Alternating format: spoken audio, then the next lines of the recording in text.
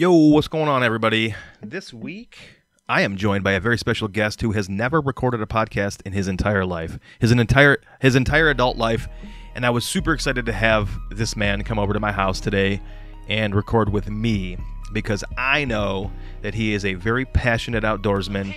He is an experienced hunter. He is a good man and a good father, and he is a killer.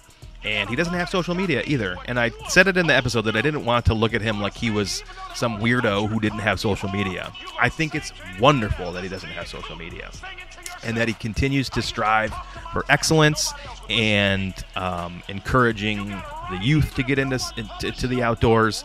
And I think it's just really great that in today's day and age, you can do what we all want to do and not have a social media presence. And I love it, and I'm thankful for him for coming over today. So I hope you enjoy this episode with Uncle Jay coming up next.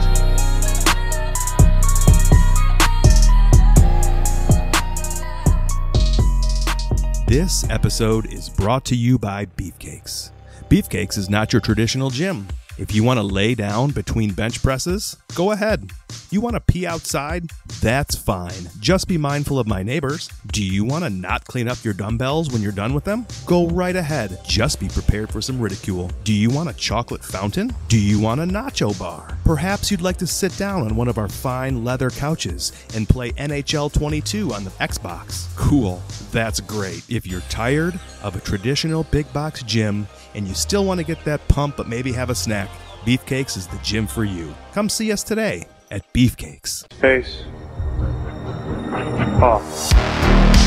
Man, as a hockey guy, like I grew up playing hockey my whole entire life, the idea, the symbolism behind a face-off, the mano a mano, the culmination of all your hard work and the intensity when it matters most, truly symbolizes the pursuit of wild game, whether it's deer or turkey or elk or whatever.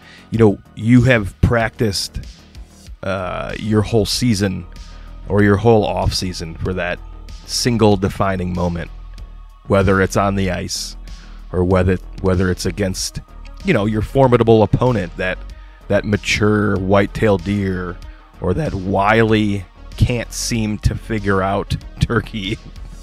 I struggle with turkeys, if you can't tell by my nervous giggling. Face Off Ebikes, formerly known as Stealth Hunting Ebikes. Same great bikes, just a brand new name. A little rebranding had to occur to sort of identify themselves, clearly and on the internet. But it's the same great brand. It's the same innovation. It's the same everything that you had at Stealth Hunting E-Bikes, just with a new name. These bikes are built and shipped from Michigan, so that is near and dear to my heart. By actually tearing apart and assembling these bikes, he's got this access to replacing parts and creating the perfect mobile to climb these hills. And I am not a slender fellow. I do like my sugars and I like my fried foods, but I'm moderately healthy. I'm 6 foot and I'm over 200 pounds, and I have been putting my bow hunter to the test here in Michigan because I knew that this bike could help me in those scenarios where I needed to climb a hill, whether it be a chisel-plowed cornfield or just some terrain here on my private properties in Michigan. I knew that it could get me from point A to point B, and I have been testing it, and it absolutely gets me where I need to be quickly and quietly. It was incredibly easy to get this bike to my house and do the final assembly in my garage. The entire lineup, honestly, is geared to climb these hills. Custom configured drivetrains and custom fabricated parts. These bikes are suited for the steepest terrain. Now, I haven't done anything crazy like test them out at a TAC or any ski hills, but I've seen Dieter do it. Smallest front chainrings in the industry, offering the same motors and batteries as the biggest names in the industry, but at a fraction of the cost. So listen, if you want to make every hunt count, make sure you're using Face-Off Hunting e-bikes. All right, welcome everybody to another episode of Angel Road Outdoors, the podcast. This is episode 24, and I am joined by not a stranger this time. You don't know this. I've been inviting strangers over to my house, which is typically, people advise not to do that. This guy's not a stranger, but he is a father that I met from my son's hockey team, and he is here today to talk in the middle of a Monday, which is extremely exciting. Normally, these are done in the evenings. I like the fact that I can do this in the middle of the day, and I can edit it, and it will be done, and I will be able to move on with my day. This is Jay ZAJAC. How you doing, Jay? Doing great, Brett. Thanks for coming over, man. I appreciate it. I believe you said this is your first podcast? First one. I love it. Hopefully, you'll do a ton more after this, and you'll be this world-renowned Michigan speaker that you go on lots of podcasts and you travel around, because there's lots of Michigan podcasts. I think you'll be able to do a ton of them. I invited Jay over today because Jay is somebody that I know has absolutely zero social media presence whatsoever.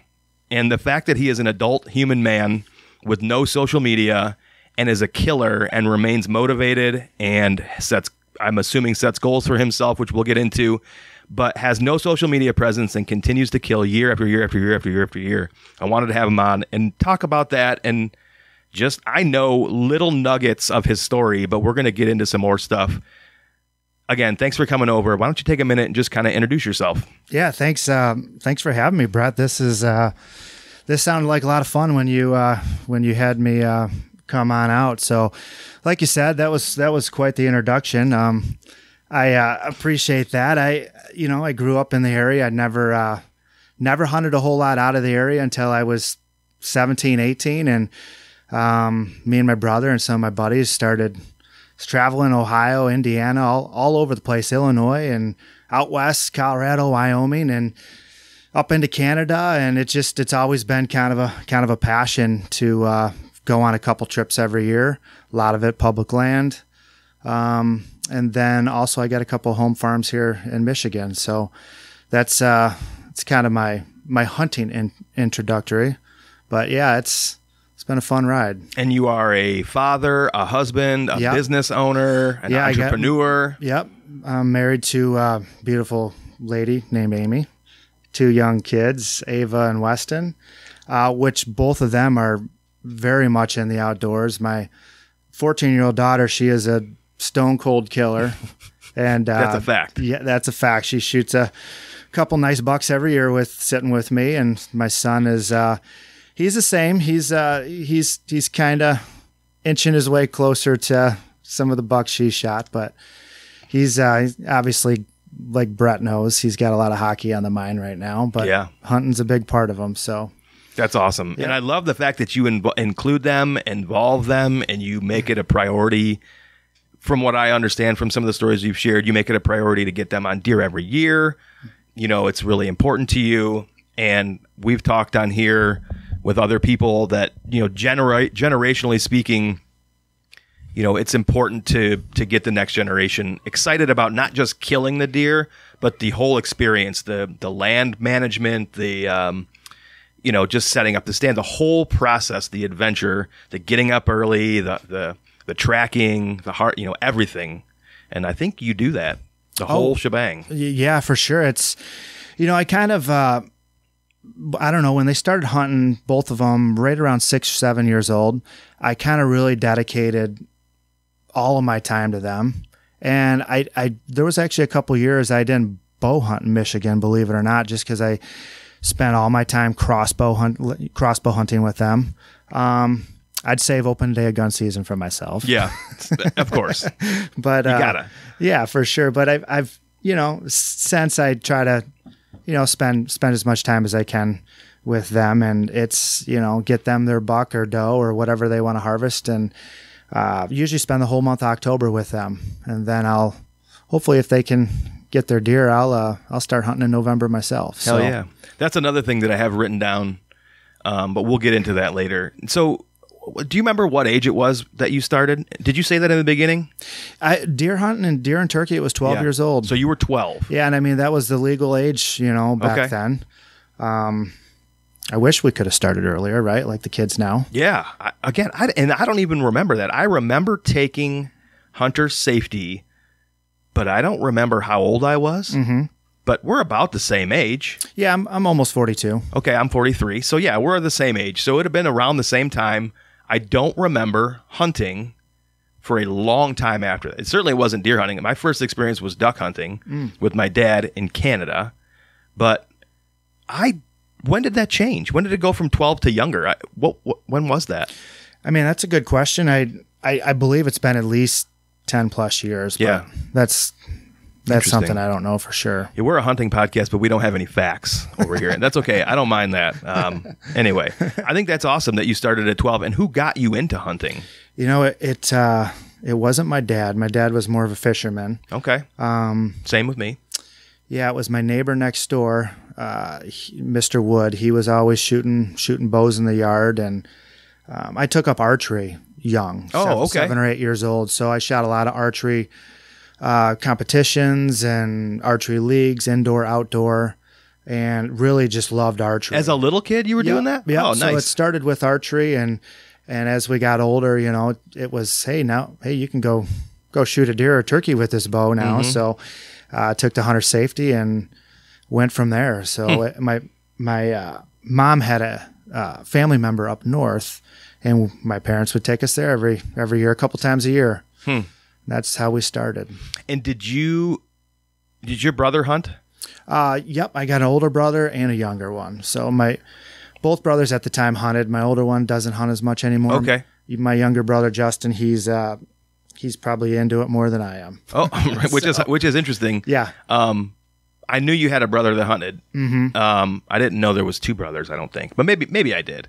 And so at the time, was your little brother doing kind of following your footsteps or no? Yeah, absolutely. He was a couple years younger, so he was tagging along the first couple of years. But yeah, he was really into, everything. Okay. Everything. It didn't matter if it was turkey or deer or nice rabbits on state land by the house or whatever it was. He was into it as much as me. So. And did you go with your neighbor? Did you ever hunt with your neighbor, or was it just he kind of got you into it? Never went with our neighbor. Okay. Never went with him. Just got us into it, and yeah, it was a big blessing. I couldn't imagine, because there was no hunting in my family whatsoever. That is really strange. So, but once we took it on, my parents were all on board. They, helped every way they could.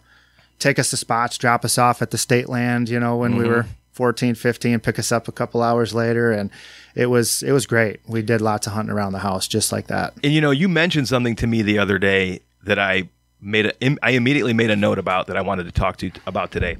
I forget sometimes, and you have told me this before, you were homeschooled for a period of your life. Oh, yeah, absolutely. And because my kids are homeschooled too. Mm-hmm. What ages were you homeschooled? It was from, I don't want to get this wrong now. It was from 4th grade through 9th grade. 4th through 9th. That's a long period of time. Yeah. And you mentioned to me that your mom would drop you off in the morning during hunting season during the school year to go hunting. Yeah, absolutely. So I had a good friend at the time. He lived about 15 minutes away, and it was it was city property at the time. And you had to just go get a written permission from the city or the police department. Days. Yeah, they would just say, yes, okay, ZAJAC can hunt. So we would bow hunt behind his house, and it would be a Thursday morning, November 1st, and we knew it was the time to go out. Yeah. My mom would drop us off and run some errands and come pick us back up at 10 o'clock, and then we would start school when we got back home. If there was ever an example for someone if they're weighing their options on whether they want to homeschool, and if you want to homeschool or public school your kids, it doesn't matter to me.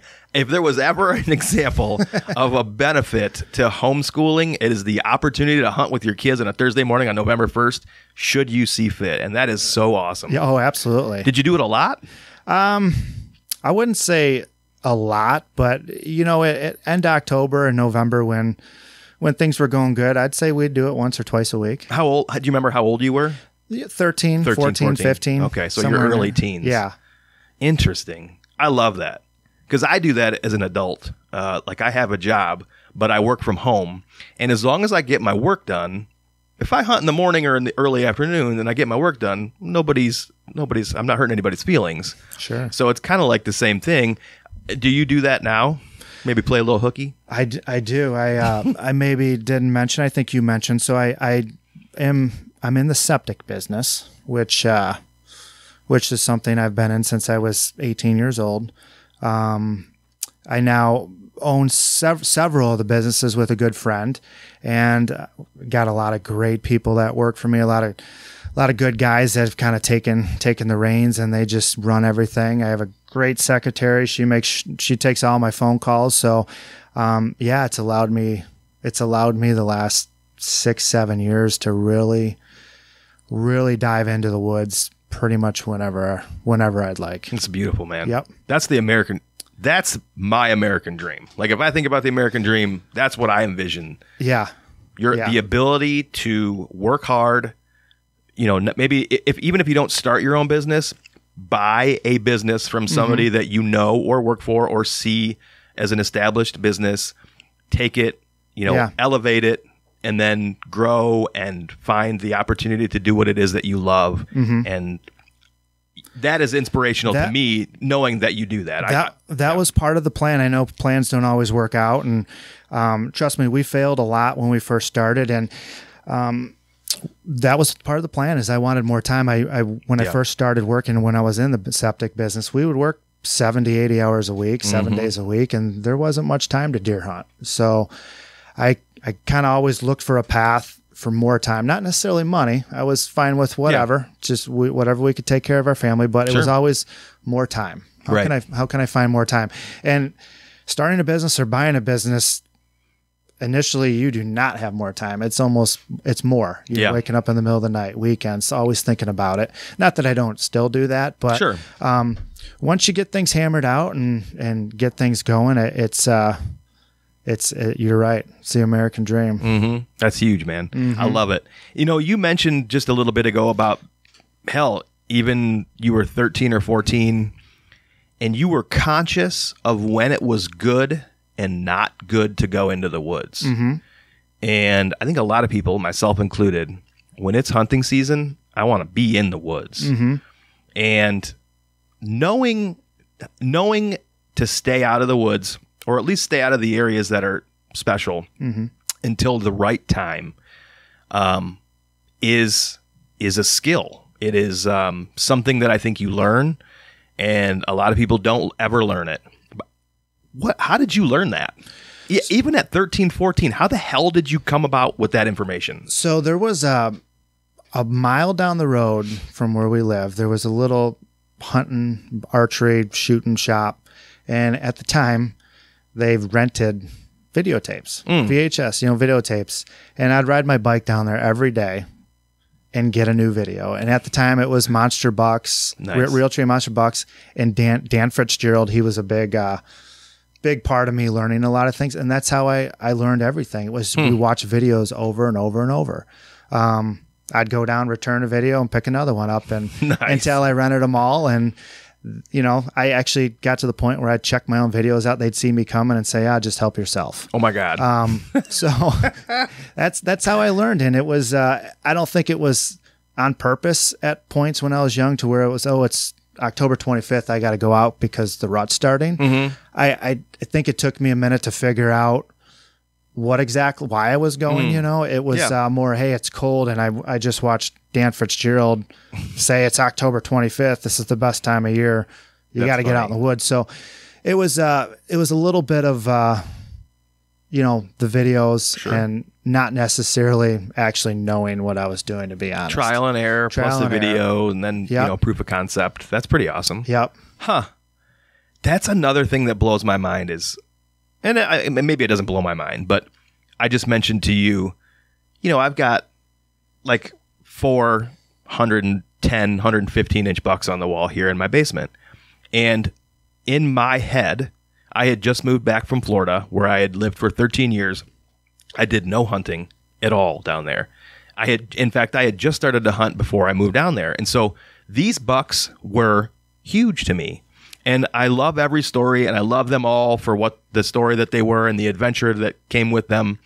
But I didn't I didn't even know people made videos, hunting videos at all until like 2021. That is not an exaggeration. I didn't know you could get on YouTube and watch guys go out of state, and I didn't know there was people that filmed their hunts until, I'm not kidding, 2020 maybe, 2019. And so I had no idea that you could do all that stuff. And so there's a part of me that feels like I am behind, and I'm constantly trying to catch up to everybody. And for what it's worth, I suppose it'll all happen in due time. But, sometimes I wish I would have started at 13 renting VHS tapes, because that's awesome. Well, looking around your trophy room right here, I think if you want to say you were trying to catch up, you caught up. I'm catching up, yeah. with that deer you shot last year, boy, did you catch up quick. Well, I do.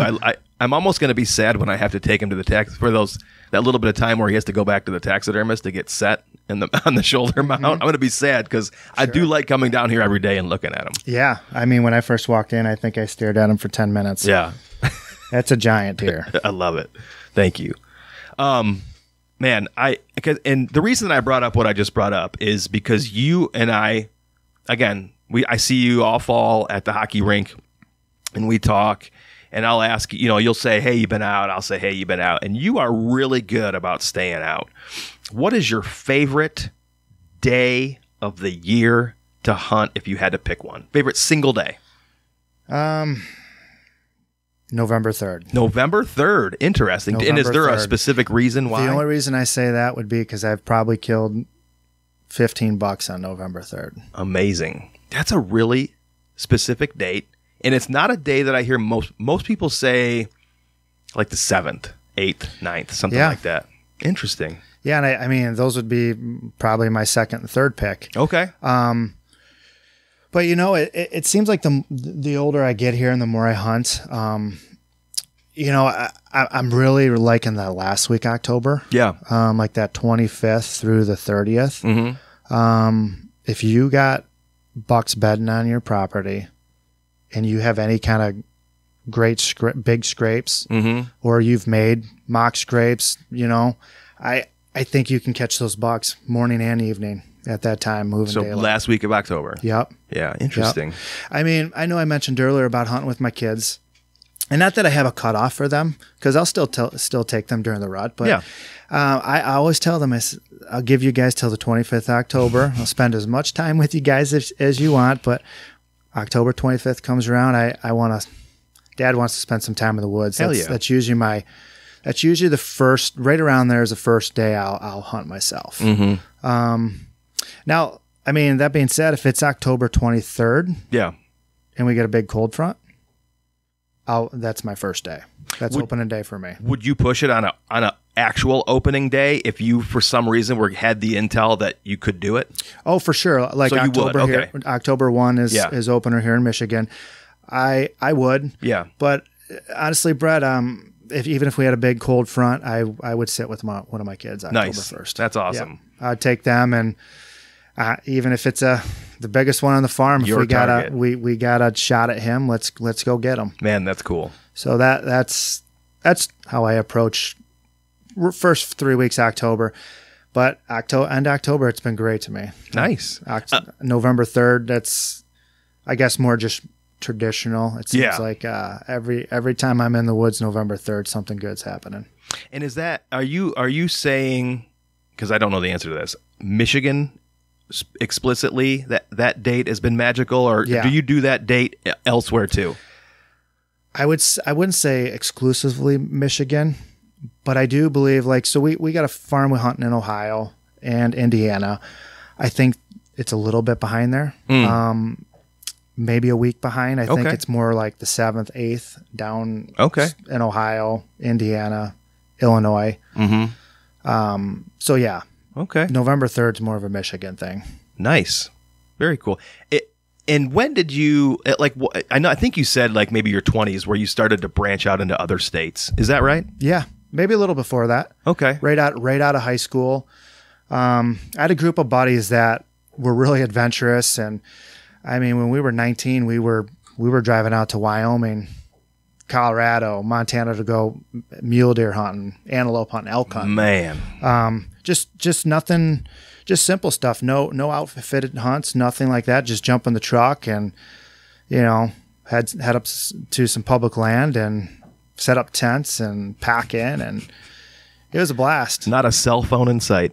Yeah, and and none of it was trophy hunting. We just wanted to go out and shoot mule deer and get your buck, and we'd shoot mule deer does and antelope, and it was a blast. Incredible. So I love it. I love the fact that I know somebody that can explain what it was like to go on these out of state adventures before you had everything on your phone. Yeah, no Onyx maps. No. None of that. It was looking at I had an atlas map for like the state of Wyoming. Mm-hmm. Same thing with where we went in Ohio, and we had to research, whatever you could, whatever was possible at the time. You'd read it in Field and Stream magazine. That's how we started hunting in Ohio. I read an article in Field and Stream about the Wayne National Forest, about this giant chunk of land and all this opportunity, and the age structure of the deer was better than a lot of places. And me and my buddies looked at each other and we're like, let's go there. So we that was it. Threw all the gear in the truck and would go, and lots of walking and trying to figure things out. And that was our out of state hunting. Did you guys split up at the time, or did you generally hunt together? Or how many guys was it? How many guys? We would. So when we hunted out west, we'd stay together. Yeah. More so, than I shouldn't say that. We would stay together until we got to a certain point. Then it was, hey, you go over that mountain, I'll go over this mountain. We'll see you back at camp at dark. Okay. But in Ohio and other places, it was always splitting up. Sharing camp together, but everybody hunted. And their you own camped, ways. or did someone have like a camper? No, we camped. We set up like a wall tent or camped, or there were some occasions where we stayed in a cheap motel, or, things like that. And is there a time of year that you would prefer to have gone at that time, if you can remember? Is there a time of year that you would primarily go out of state? Not really. No. Because a lot of guys focus that out of state stuff on rut hunting. I do now. Okay. But back then, for out west, it was just go beginning October. The weather was still good. Yeah. You could get that stuck, makes sense. Yeah, you get stuck in some bad snow out there. Yeah. Even beginning October, you could get stuck in bad snow out there. But yeah, we tried to go out west early. Okay. Ohio was always a rut thing. Indiana was always a rut thing.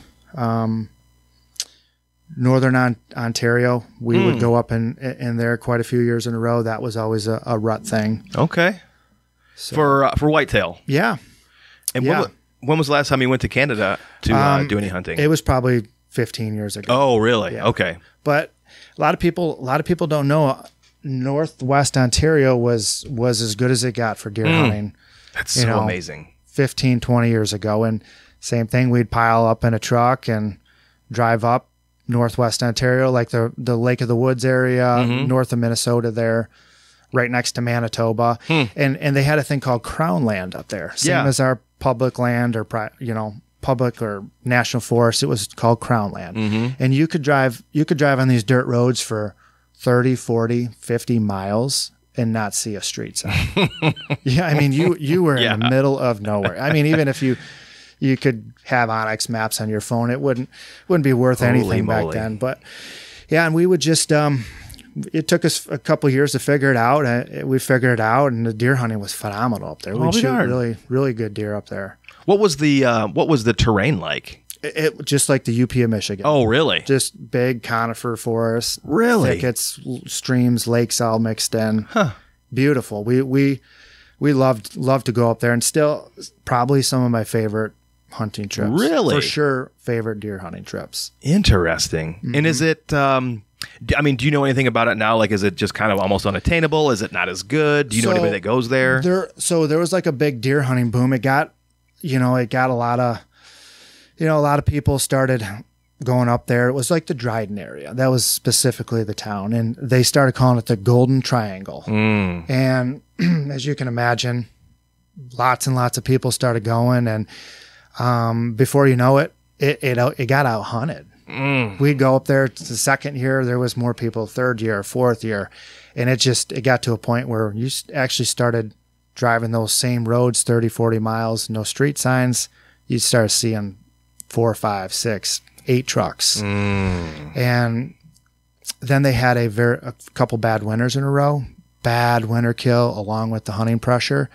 And I don't know if it's come back yet. Really? I can't be sure because I haven't really looked into it recently, but I was looking into it maybe 5 to 10 years ago, and it had not come back yet. Wow. The deer herd was still down. Still huge bucks. Yeah. But the density of the deer herd was still down. And you think that the bucks have an opportunity to get that age structure on them because it's so vast? Oh, for sure. Go ahead and take a drink. Yeah, for sure. They those deer, it reminded me, like I said, a lot of the UP. Yeah. We killed some 4 and 5 year old deer, just the biggest body deer you can imagine. Man. Some of these bucks were only 120 inches. 4 or 5 years old, dressed out 220, 230. Wow. Just monster deer. Jeez. And there's some bigger ones we took too, but it was a lot of like UP, northern Wisconsin, northern Minnesota stuff. I think one of the questions I had as a person who, and I don't want this to sound like I look at you as some unusual person because you don't have social media. I think it's great. It's okay. One of my very best friends has no social media, and I always joke with him about when are you going to get it. And I don't expect that you ever would get it, but a lot of the information that I get today is from social media. And a lot of how I set my goals is by watching what other people have done to set their goals. And as somebody who doesn't have social media and yet still has this burning desire to go spend time in the woods and seek out big, mature whitetails, how are you setting your goals from year to year to year? Like, is it something just inside of you that you look at, or do you even set goals?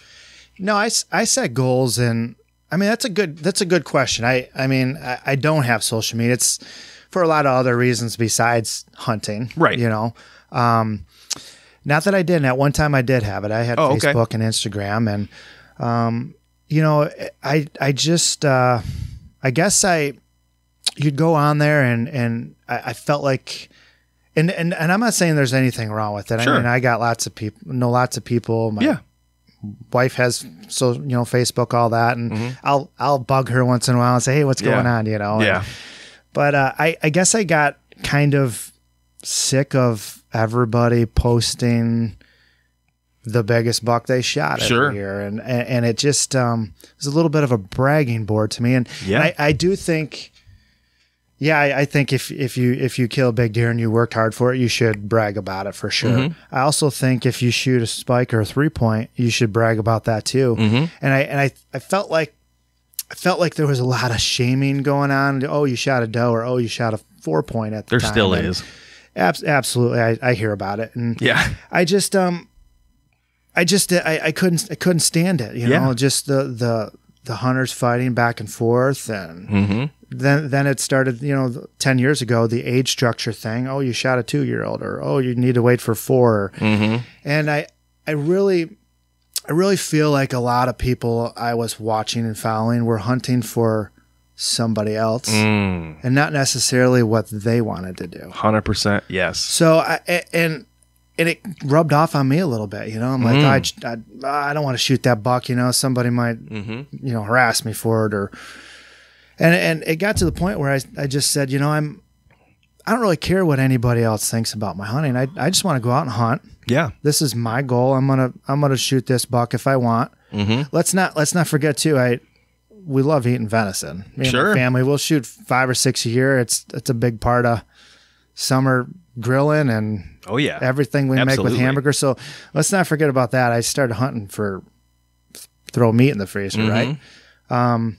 But yeah, I guess I got sick of all the shenanigans with everybody fighting with each other, and I wanted to set my own goals and not worry about what anybody else thought. I didn't want to worry about trying to shoot a buck to go post it. 100%. That's so awesome. And I think it's real. I mean, it happens lightning quick that you get caught up in that stuff, because I catch myself getting caught up in it, and it's really hard to tell yourself not to. That's awesome. I love that. And like I said, I don't think anything is wrong with it at all. Yeah. And I know lots of people that do it, and I would never judge anybody that has Facebook and throws every big deer they shoot on it. I think that's great. I just, as the person I am, I'm a simple, as you know, Brett, I'm kind of a simple guy. I just don't, it doesn't drive me to shoot something and post it and get comments. I guess I just don't need that. I shoot a big deer. I call my wife and my kids and tell them what I shot. And I got a couple buddies, and to be honest, don't even really send my buddies the pictures unless they ask. I know. I think I told Wes, or maybe I told Amy, when you shot your buck in Iowa this year, I'm like, I told him to send me a picture of that deer after he shot it, and he didn't do that. It's Honestly, okay. It's okay. Yep, I'll have to send you one, but it's just it's not in my nature. Yeah. I guess I just am so far past, and I don't want to sound, I guess I just don't really care at all or need to feel like, oh, great job or anything like that. Cause it's more of a personal thing why I hunt. I got personal goals, and, that's really all I go by when I go in the woods. It's what my goals are. I want to accomplish those. And I feel like I don't really need to have somebody tell me whether I accomplished it or I didn't accomplish it based on what they think. Yeah. That's amazing. That's awesome. And that's what it should be. That's really what it should be. And like you just said, if the second you start interacting on social media, that changes. No matter what you want to think about social media, the second it goes up there and one person comments, one like, it all changes. Yeah. But how do you internalize, or how do you internally come up with your goals? Well, I mean, I'm not oblivious to what's going on out there with age structure and deer and the management. And I do want to be, so I do have my own property in South Central Michigan, and I do want to manage the deer herd and do the right thing, shoot enough does, which we want to do anyways for deer meat. Sure. But, I guess I'm even got my kids on board. I don't, if we got a little spiker or 4-point, I leave that decision to them, but I also educate them on, hey, this is a 1.5-year-old buck. If we let him go, next year he'll be 2. He'll probably look like this. If you let them go to 3, they'll look like this. So, I've educated my kids on that, and they're both kind of wanting to shoot racked bucks now. They'll let the little ones go. And my goals, I guess, as the years have gone on, I've shot, I would say, quite a few deer in the 115 to 130 inch range, which are a lot of 3-year-old bucks in Michigan, maybe, a dozen or so 4-year-old deer in there. And I guess as you go along, you want to get a bigger one. Yeah. So I feel like I've probably shot 60 or 70 bucks now, and half of them have been what I would consider really nice deer for Michigan. And I guess now I'm looking for something better, and I don't feel like I have to shoot a deer now. Yeah. That is a shitload of bucks, by the way. Yeah. I've never heard you say that before. That is a shitload of deer. The only reason I know that is maybe a year ago, my kids took them all out and put them all in the living room floor. And sure enough, my wife, Amy, came home and said, what in the world is going on here? But they had them all out, and from smallest to biggest, and they counted them all, and it was somewhere in there. Wow. But, that's everything, mule deer. And you've been around a long time, yes. You're not an old man. You've just been hunting for a long time. Yeah, so and like I said, I mean, it's not that I'm some great hunter or anything. We just went on we had lots of opportunity. We go to Illinois, shoot a buck, and we go to Ohio and shoot a buck, and Indiana, shoot a buck, shoot them two in Michigan, go up to Canada and shoot deer. So you say I'm not a good, it doesn't mean I'm a good hunter, but there's a lot of guys who've been hunting for a very long time who have not shot 60 to 70 bucks. Yeah. So there's something else that you're being modest about, and that's okay too. You're a good hunter. You are a steward of the woods. You are a steward of the land. You are a woodsman. You are not just some guy who bumbles his way into the woods and happens upon a 130, 140 inch buck. That's not you. Yeah. Well, you're a good hunter. So let's just be honest. Now, maybe you were at some point, because everybody is at some point, because there's a lot of those bumbling guys that just kind of walk into the woods and happen upon a deer. Okay, that happens. But those guys they're never getting to 60 or 70 deer. But so, you bring up an interesting point of, everybody, if you want, not everybody, at some point you get to a point where you're like, man, I'd like to shoot a more mature, maybe even more elusive animal. And I think for me, that's what it came down to, is something more elusive, something that wasn't just walking up the 2-track, something that wasn't coming into a bait pile back when we could bait here, something that was smarter than me in the woods. And I wanted to figure out how to outwit them. And was there a light switch moment for you when it came to that?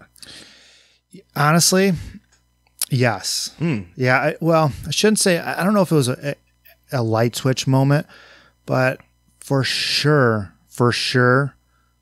the right time of year with cold fronts. Yeah.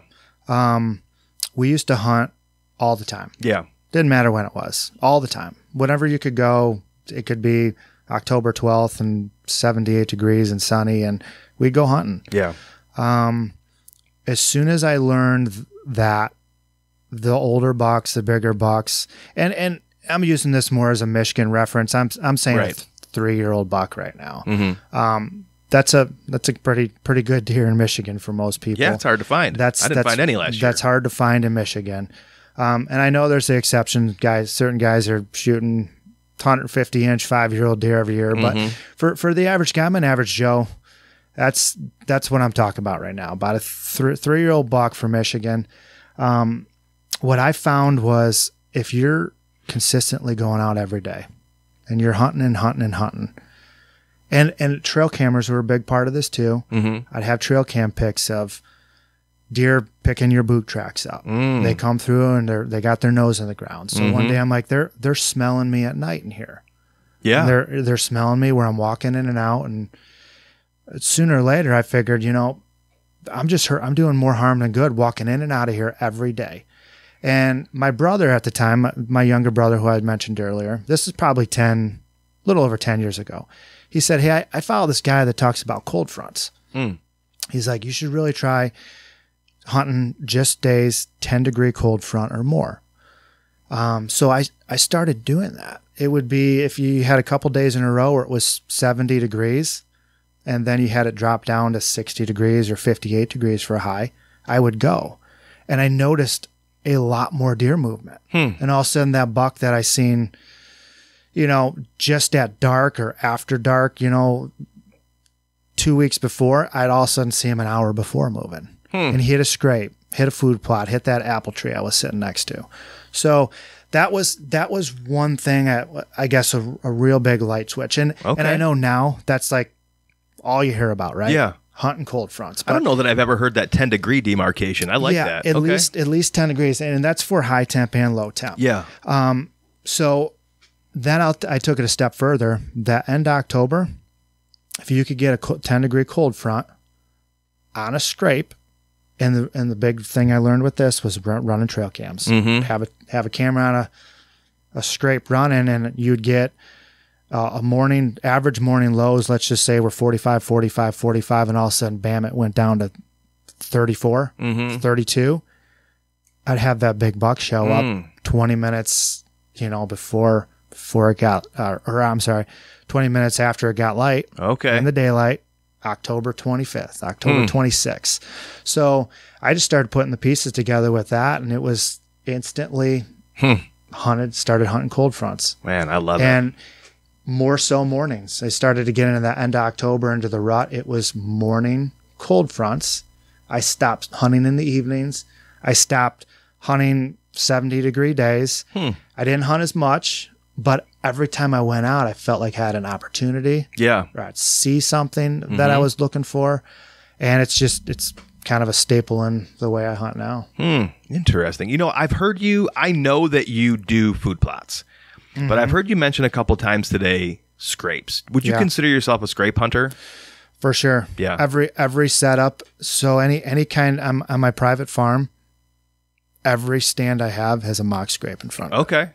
Are they established for, you know, I know you say mock, but is it like a 3-year-old mock scrape that you started, or is it something new every time?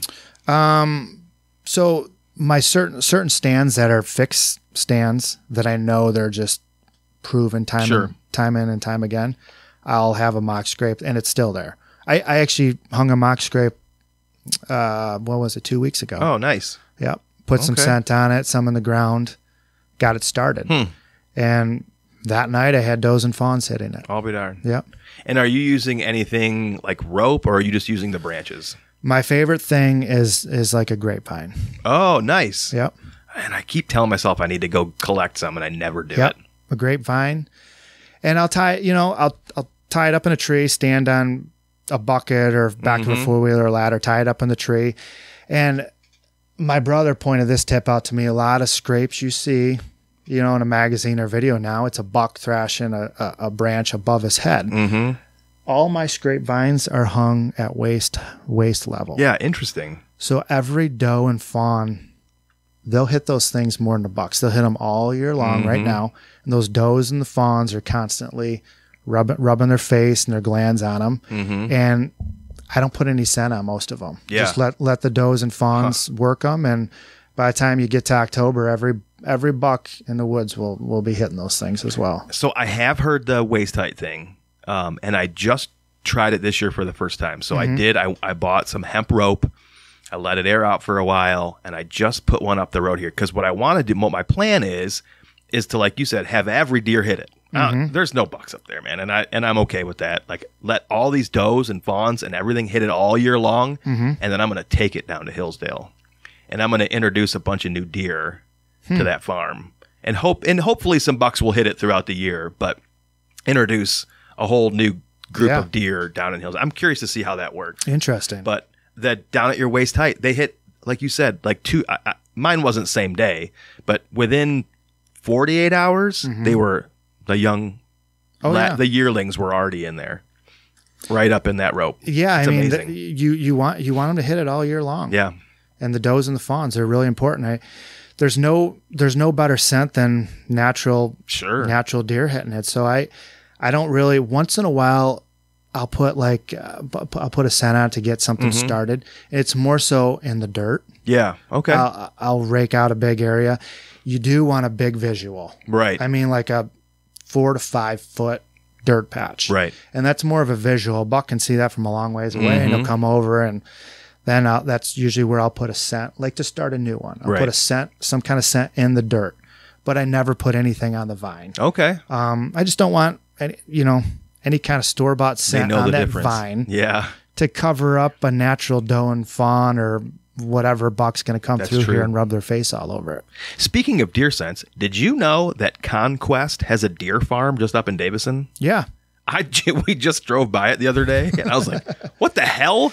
That place is massive. Yeah. And I'm like, I know that symbol. Yeah, absolutely. Holy shit. I feel like I'm such an old man who's just learning things for the first time. Yeah, they what do they have? They have the deodorant stick. It's like the deodorant They do, stick. yeah. And it's what's it called? Like Evercalm? There it is. Yeah. Evercalm. I actually definitely use that. I've used it a few times in the past. Yeah. And I can't tell you if it worked or not. I didn't have any negative reactions. I would take it up in the tree with me. So like if it was warm and I was hunting, which I probably shouldn't have been anyway, but I knew that I stink, I would just rub it on the tree behind me thinking, okay, well, at least it'll mingle the particles in there. Who knows, man? Sure. But I did not know that place was there. It's massive. And so then I do a quick Google search, and they have some video program that they put out, like the quest to building a 200-inch deer. Like, yeah, they're deer farmers too, yeah. I believe. I did not know that. Yeah. I'm learning so many things now. Unbelievable. Yeah. You know, you mentioned that you are a property owner. And again, man, we're talking the American dream here. Sure. Especially if you are an outdoors person and you love wildlife or you love to hunt. Even if you don't love to hunt, if you just want a place where you can go and relax, owning your own property is incredible. Not that I know, but I can imagine. It hasn't always been peaches and cream, though, has it? Owning land? No. Like, you have some horror stories, if I'm not mistaken. Yeah, it's, I mean... Tell me about the crazy story you told me. I'm sure lots of people, deal with the same crap with trespassers or, owning ground. It's, I hear stuff all the time. But yeah, we had a chunk of land right by the house in Oakland County here, and it was kind of the dream, buy a piece of property 10 minutes away from our house and take the dogs there and go shoot and hunt and fish and let the kids ride four-wheelers. And long story short, it was an 80-acre section, and everybody around it had 5 and 10 acres. And up until the time I bought it, they all treated it like their own little park or their dog walking trails, horses, hunting. And when we bought it and moved in, I had a lot of problems with a lot of people trespassing. I was cordial and nice with everybody, and I ended up posting it. I mean, that's what you do. You have private property, right? You want to post it. And it was war after that. So many people hated us, caused problems, called the police on it, whatever they could think. We'd shoot guns out there, target shooting. Neighbors would call the police and make stories up and say we were shooting at their house, and it got so bad we had to sell it a year and a half after. Unreal. And I've heard other stories, other stories about that as well. So, it was a nightmare, but we ended up kind of moving on from that, and I wanted to find somewhere a little more rural and more, just, I guess you could say, deer hunting. Sure. So we ended up down in Jackson County, it's a little less than 60 acres. But I wouldn't say a beautiful piece of property. It's really wet and rugged and nasty. Just what you would think for a big whitetail. Yeah.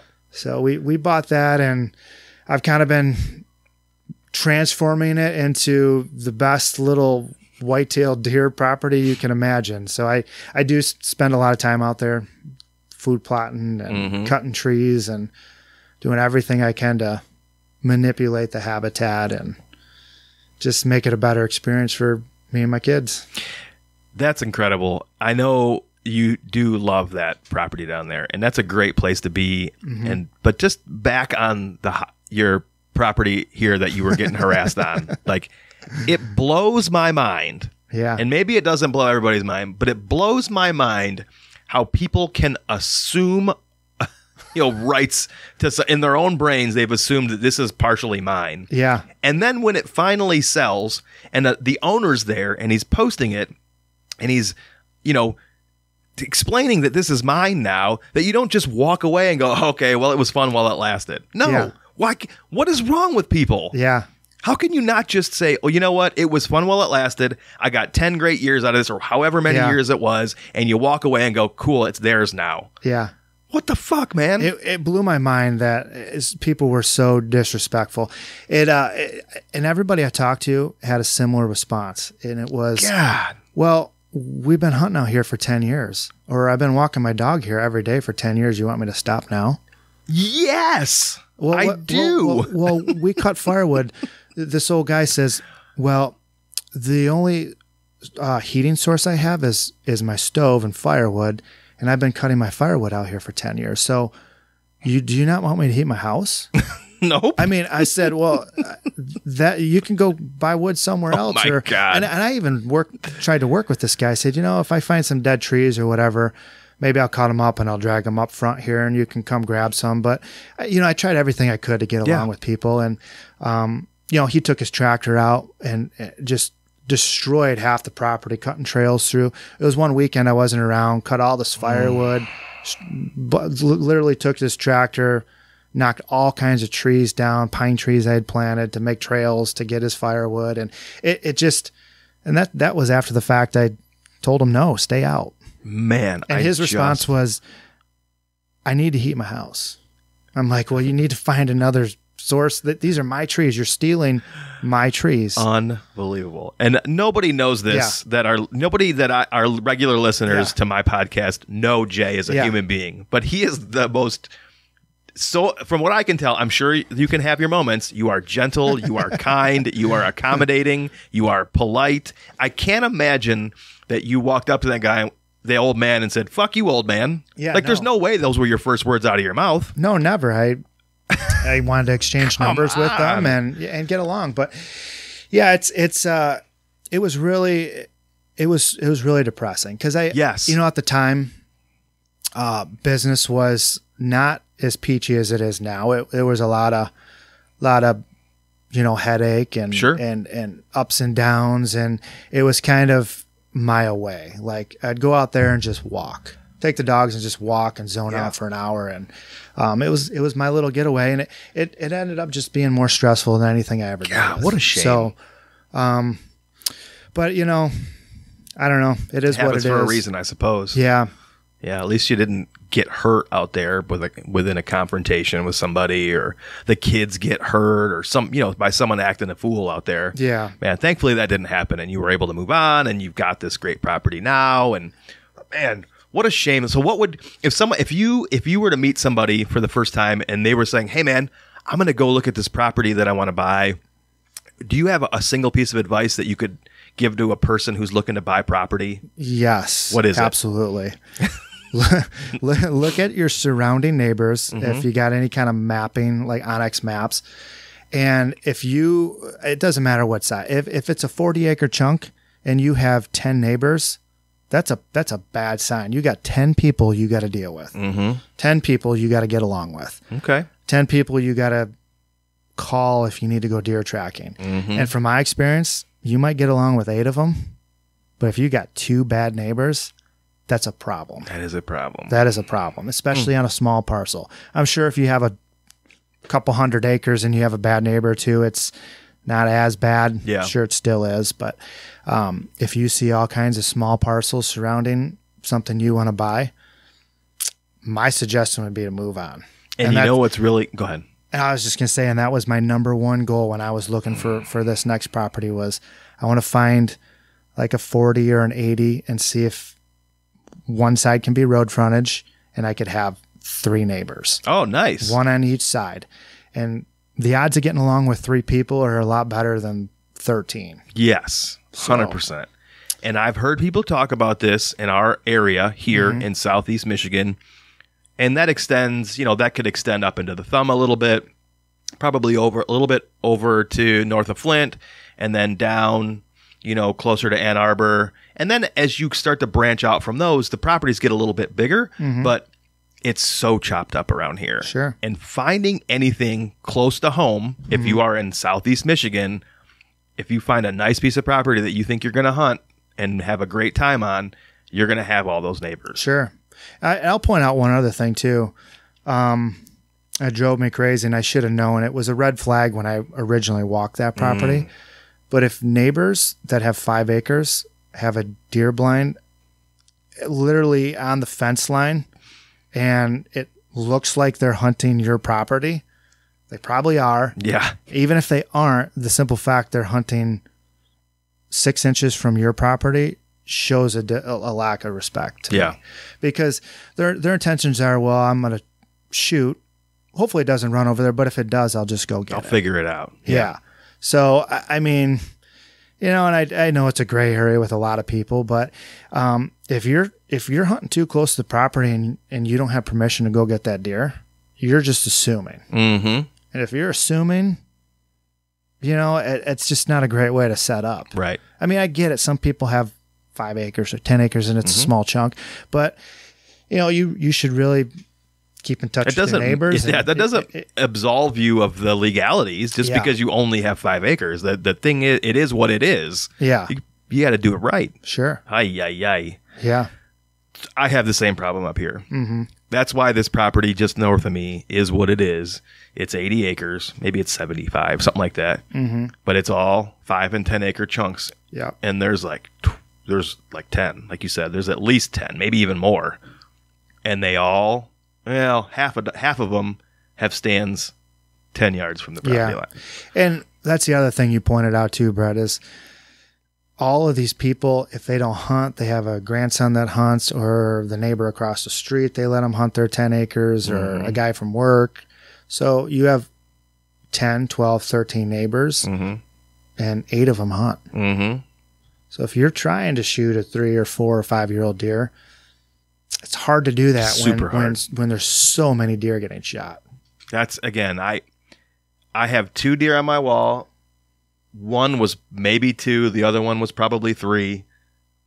Maybe they were both 3. I don't have any way of knowing at this point in time. But I know for a fact that if I have a good buck on camera up there, if I don't kill that deer in the first 2 to 3 days, one of the neighbors will. Yeah. Because they're all baiting. They all have minerals. And again, if you're doing that, whatever, I don't.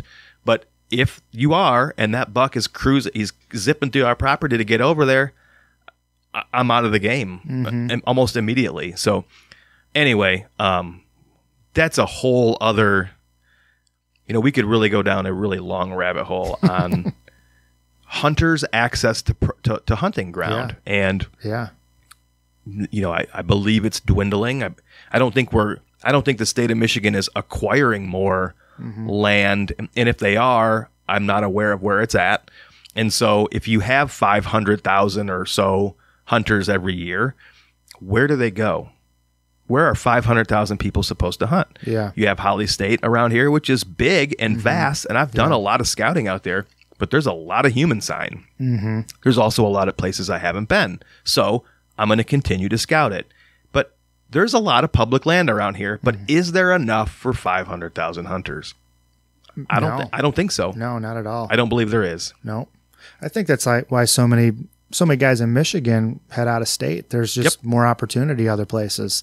And I've heard that a lot, like, oh, the access is bad. Everybody's leasing land and there's not enough public land, or, there's more hunters than ever.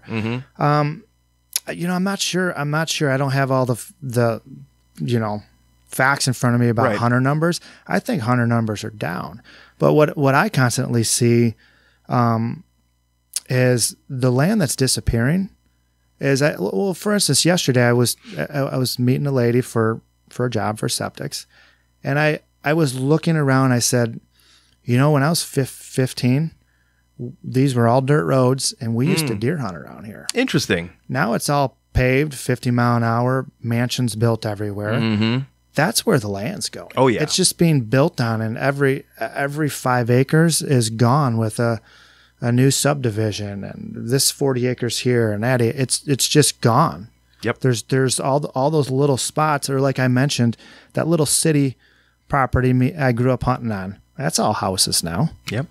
Same thing around here. So, it's all the private land, I think, is being just sucked up and built on. The private land that used to be easy to get on too. So there was an ease of access that doesn't exist anymore. Exactly. Too. Yeah, I did not say that. You could walk on. You could almost go anywhere and nobody cared, right?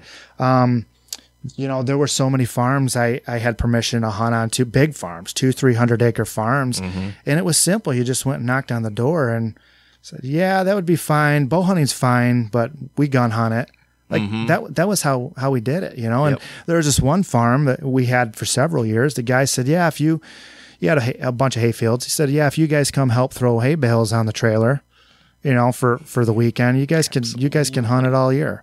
And that doesn't happen now. That same farm would lease out for $7,000-8,000 a year. Yeah, and at least. And majority of people don't have that money, or even if they do have that money, they're not spending it on deer hunting. No. Yeah, you gotta have a bunch of guys ready to go, already committed. Like, this is how much money I can throw in. You see something, you grab it. Yeah, you're absolutely right.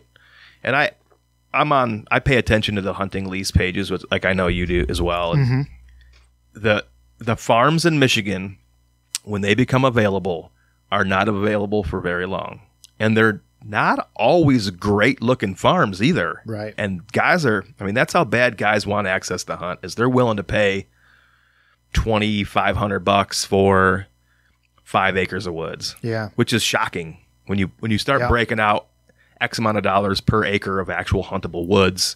Yeah. It's really mind boggling. Isn't that insane? Yeah. I always do that. If I can see it though, because I've done it before out of state. Like, I've looked at that 40 acre chunk, and there's 5 acres of woods on it, and you're like, well, it's all I got. And this is my only option. Let's just, secure a spot to hunt. So I've done it out of state. And honestly, the same thing can be said about out-of-state hunting private land as well with neighbors, because you can get some real turds, and there's not really a good way to go about figuring that out. Like, you can go down there one day, and let's just say those people are not outside that day. You don't realize that they use that creek to walk around and smoke doobies in, or that their dogs come onto the property and chase deer every single morning at 9 a.m. Like, there's no way to know that until you've been there for an extended period of time and made a commitment, and then you're burned. And that really sucks. And that's, like you said, you it's a period of time. Once in a while, you just got to... There was a long time, I guess I should say, where I would just lease this farm, didn't work out. Then I'd jump to this farm, didn't work out. Then I'd lease this farm, didn't work out. And I did that for a lot of years, and I kind of settled into the spots I hunt now just for that simple fact. Great neighbors, no problems. The deer hunting maybe isn't the best place ever, but it's good enough with no problems. Right. And that's kind of who I am. That no like problems I said, thing, man. A simple man. I just like to go down there, no problems, have a chance at, a 4 or 5 year old deer that are kind of slim pickings here in Michigan. And, that's kind of it. You might have to burn 4 or 5 years at least in different farms. To find something like that, you mean? Sure. Yeah. Yeah. And that's Indiana? Indiana and Ohio. Illinois. Ohio. Yeah. Those three are primarily where I've done most of my hunting. You went to Iowa this year. I did go to Iowa. And you were successful. I shot at what I would consider a good deer. Oh, hell yeah. And I worked hard for it, and it was a mid 140s buck. Iowa standards, or if you wanted to watch the Outdoor Channel, they would don't do it. They're letting 200-inch deer go, right? So I didn't go out to Iowa with that on my mind. I wanted to go out, have a good time, learn it. I've never hunted it. I wanted to learn how Iowa was, how to hunt it, kind of figure some things out. And I didn't really have I'm going to shoot a 150-inch deer, a 170-inch deer. Kind of wanted to just see how the week went. I only had 5 days and kind of see what it was all about. And that was, I thought it was, maybe a touch bigger when I shot. It ended up having a little bit of a broken beam, but it was still a absolutely mid 140s type deer. And you went in 2023. You went for, was it late? Is it considered late muzzleloader or just muzzleloader in Iowa? Yeah. Late gun season. Oh, late gun. It wasn't specifically muzzleloader. No. Oh, okay. Late gun season. So they have a first gun, second gun, and then a muzzleloader. Oh, got it. It was that second gun season. And I can't remember if you told me this. You did that. You specifically applied for gun? Yes. Okay. Yes. Just because I only had a couple points. Okay. And it takes 4 or 5 in that area to get a bow tag. Got it. And like I was saying, I just kind of wanted a new experience to go out there, learn it a bit, with my intentions of going back to bow hunt. Nice. Okay. So you'll go back to collecting points then, right? Yep. I'll get a point this year, and kind of now I know a little bit about it. Okay. And some areas I might want to go check out. I'll probably wait the 4 or 5 years and go back bow hunting. Nice.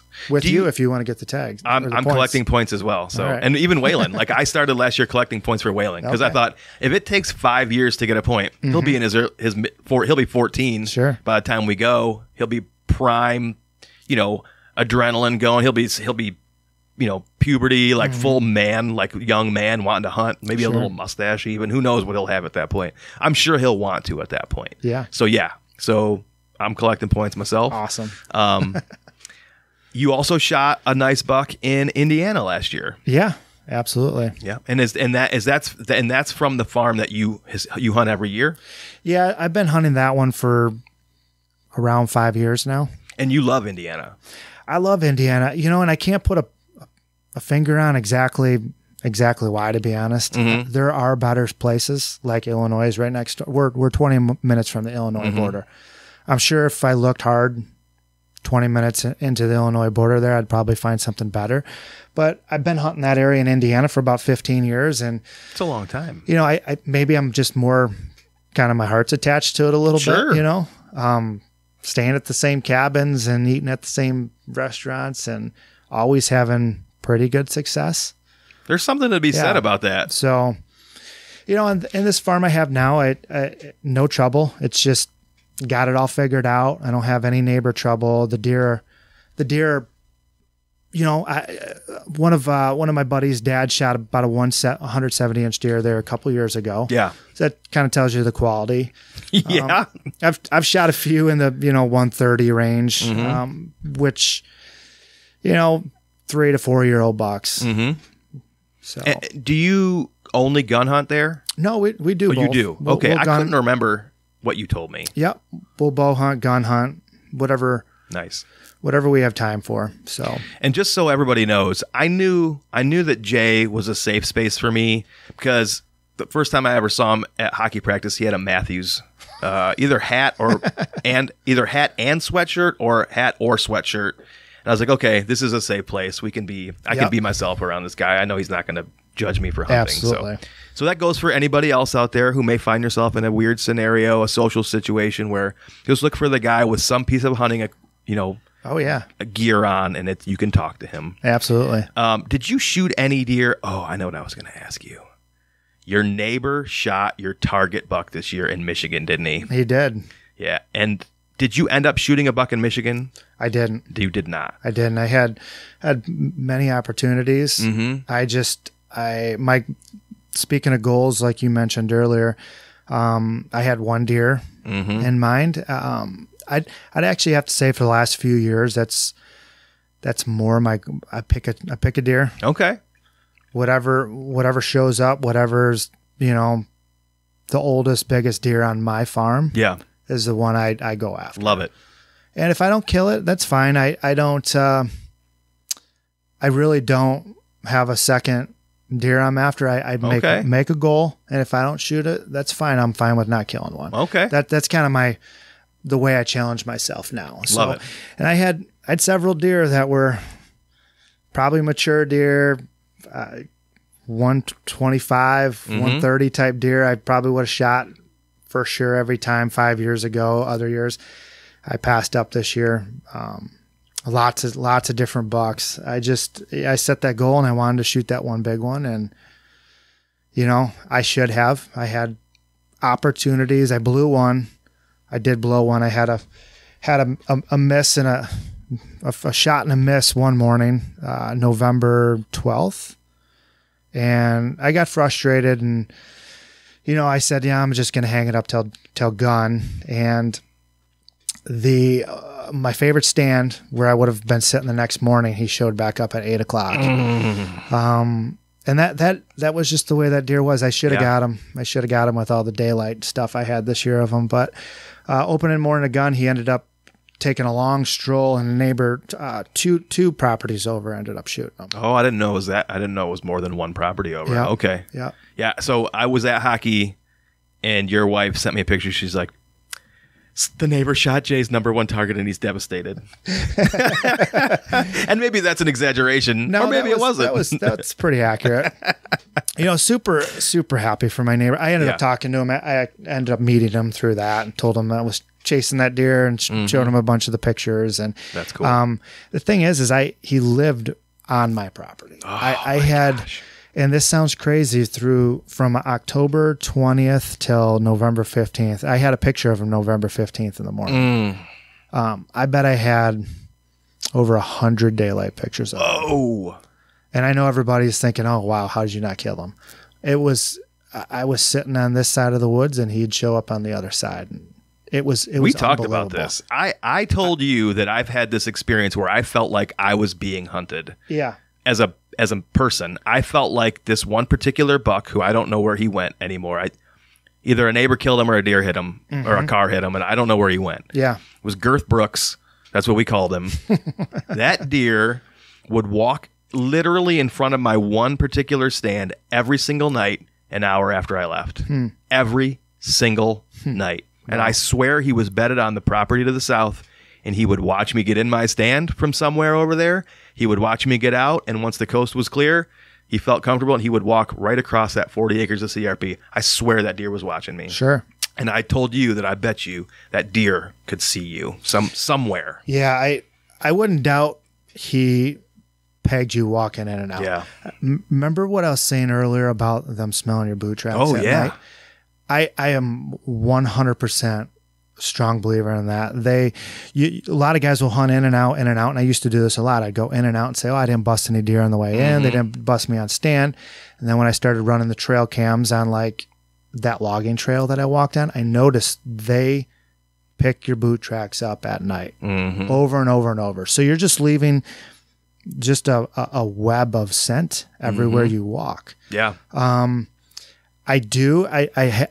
big deer did teach me some things this year. Nice. And one thing I did realize, I feel like you can get away with like let's say like a logging road on the outside of your property or something deer used to you being on. It could be all year long in January, July. They just know your boot tracks are there. Right. I think, I'm not saying all deer because I think they all have different personalities, just like people. I do think they get used to your boot tracks in certain areas. And this big deer showed me that too. I had a logging road. I had a camera on it because it had a big community scrape on it. And I would walk on this logging road, and that big deer, he would put his nose down, and we have the video we can get off these cameras now, which is just so great for learning where they're coming and going from. But he would smell my boot tracks there, never be alarmed, and then just keep going with what he was doing. One morning I was hunting that deer, and I had him coming. He was running a doe, and he came right across that 2-track I walked in on, smelled my boot track, completely fine, kept going. And they were kind of coming from behind me. I had the wind in my face, and the only thing I pegged it, I said, he knows my boot tracks are supposed to be on that 2-track. Man, that's crazy. When he came down about 40 yards farther, and I made like a little bit of a S shape when I walked in there. And when he came down farther into the swamp and he cut my boot tracks again where I walked in, when he smelled them there, tail up, completely wheeled around and hightailed it as fast as he could. Oh, shit. And I said to myself, I said, he's not used to my tracks being there. It freaked him out. Yeah. And I've talked to other people about that sense, and they're like, that could be, he's used to the 4-wheeler or your boot tracks or your kids or your wife on that 2-track on the outside of the property. But as soon as he smelled a track where he doesn't think it's supposed to be, he freaked out. Wow. And how long after you made that track did he cross over it? A couple hours? 3 hours. 2 or 3 hours. That is just fascinating to me. Fascinating. Because I've listened to a guy talk about their ability to smell not necessarily even your track, but the crushed foliage. So like if you crushed a couple blades of grass with that footstep, the freshness of the aroma from that crush as it goes through the day, they know this is a recent, predator was here recently, or, okay, we're at a couple hours, or okay, we're at a day. Sure. Like they're able to assess the threat level based on how recently you made that. Absolutely, man, I agree with that. Even at 3 hours, though. Yeah. And that's with rubber boots on and spraying down with the traditional scent killers. And I know some guys think that it takes away all the scent. I mean, I've seen it time and time again. They'll smell your boot tracks. Yeah. I do think it does help, though, to a point to where maybe, like you just said, if they smell them, I walk through and they smell them 2 hours after, maybe they think it's more like, oh, this was a day ago he was here, but they can still smell them. Sure. For sure. And especially if it's somewhere it's like, man, if he says, I've been here a lot and there's never been a footprint in here, this is unusual. A deer, a big deer like that'll freak him out. Man. And how old do you think this deer was? 3, 4? 5. Oh, you think he was 5? Oh, yeah. Wow. He's 5, yeah. Yeah. Okay. Man, that's a mature animal too. I mean, making it to 5 in Michigan. Yeah. The year prior, he was on the farm too, and I had him, and he was a big bodied 4-year-old 140s type deer. Yeah. Oh, so man. This year he was well into the 150s. Ooh-wee. Yeah, that's an unusual deer to get to 5.5 in Michigan. You're not only is there just a lot of just pressure in general? But man, gun season around here is hard to survive. Yep. Ooh. Yep. Man, that stings a little bit.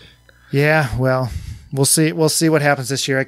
I let a few go that were as good as you'd ever want to let go. Good. They were awesome deer. So we'll see if they show up this year. I'm excited to hear about it. I know that we had a bunch of 2-year-olds on the property this year that vacated as soon as season came. And that happens all the time. We always have some, but I felt like they all left this year. But they all came back and wintered. I've seen them in the field. I haven't been down in a while to look for sheds. Last time I was down there, they were all still holding. Yeah. So hopefully we get a nice crop of young bucks, 2-year-olds that turn into 3-year-olds, some 3-year-olds that maybe turn into 4-year-olds. I don't know. I'm excited to find out. But what do you have goals for the 24-25 season? Similar. In-state, out-of-state, anything? Out of state. Well, I might go to Alberta. Oh, nice. I've been trying to do that for a few years here. I gotta, and it's an outfitted hunt. Mm-hmm. Does it have to be? It has to be up in Alberta. I couldn't remember that either. Yep. Okay. So that just one more new experience to go on. So that's a possibility. And then Indiana for sure again. And the home farm. I honestly I don't know if it's the older I get, I feel like staying closer to home and just hunting harder and harder. But yeah, I'm like I said, I'm working on the property now, trying to make the farm as awesome as possible, adding more food, adding more cover. Got plans planting switchgrass and other things, just seeing if I could hold more deer, maybe attract another big one or two, and we'll see what shows up, and that'll be my goal this year. Hockey season makes you want to stay around closer too. You're like, man, got practice on Monday, Wednesday, Friday, game Saturday, Sunday. Oh boy, how am I going to sneak out of state here without burning the bridge at home? Oh, I know. Yeah, and it honestly, it's fun to watch them now too. Oh, 100%. Yes. Who knows where the kids end up in hockey, but 10, 11 years old, maybe you got 7 more years of watching them, and then you're not watching them anymore. So that's exactly right. Yeah, it is fun to watch too. It is fun to watch. Well, I'd love to have you come back on again as we get closer to season. I really want to talk more maybe next time on some of the improvements that or some of the things maybe you learned from your property after owning it for a little while, and why you did some improvements that you did. Like, I know some of them, but maybe not to the extent that you have done them. And so I'd like to talk to you more about some of your property improvements and why you did them and what exactly you did. So for sure, if you're willing to do it. Cool. Yeah. Well, now you know. Absolutely. Now that I popped your podcast cherry, it won't. Hopefully, you didn't feel weird about it. No, not at all. Some people don't like talking into a microphone. I mean, I've never done it. Yeah. So it's new. You seem very natural. No, it's fine. Good. I love talking anything outdoors, deer hunting, fishing. We didn't talk about fishing. We didn't talk about fishing. But I'm an outdoors guy. I'm a simple outdoors guy, and man, I love talking about it. Good deal. Well, nobody can find you on social media. So you got it. Kiss my ass. Nobody can. Normally, I would say, where can people find you? But nobody can find you. Good luck. You'll just have to hear it here. Well, I appreciate you for coming over today on a Monday in the middle of the day and playing radio with me. Yeah, I really do appreciate that. And we'll have you back soon. Yeah. Thanks for the opportunity. This was fun, Brett. Yeah, man. We'll talk soon. Thanks, everybody, for listening. We'll talk to y'all later.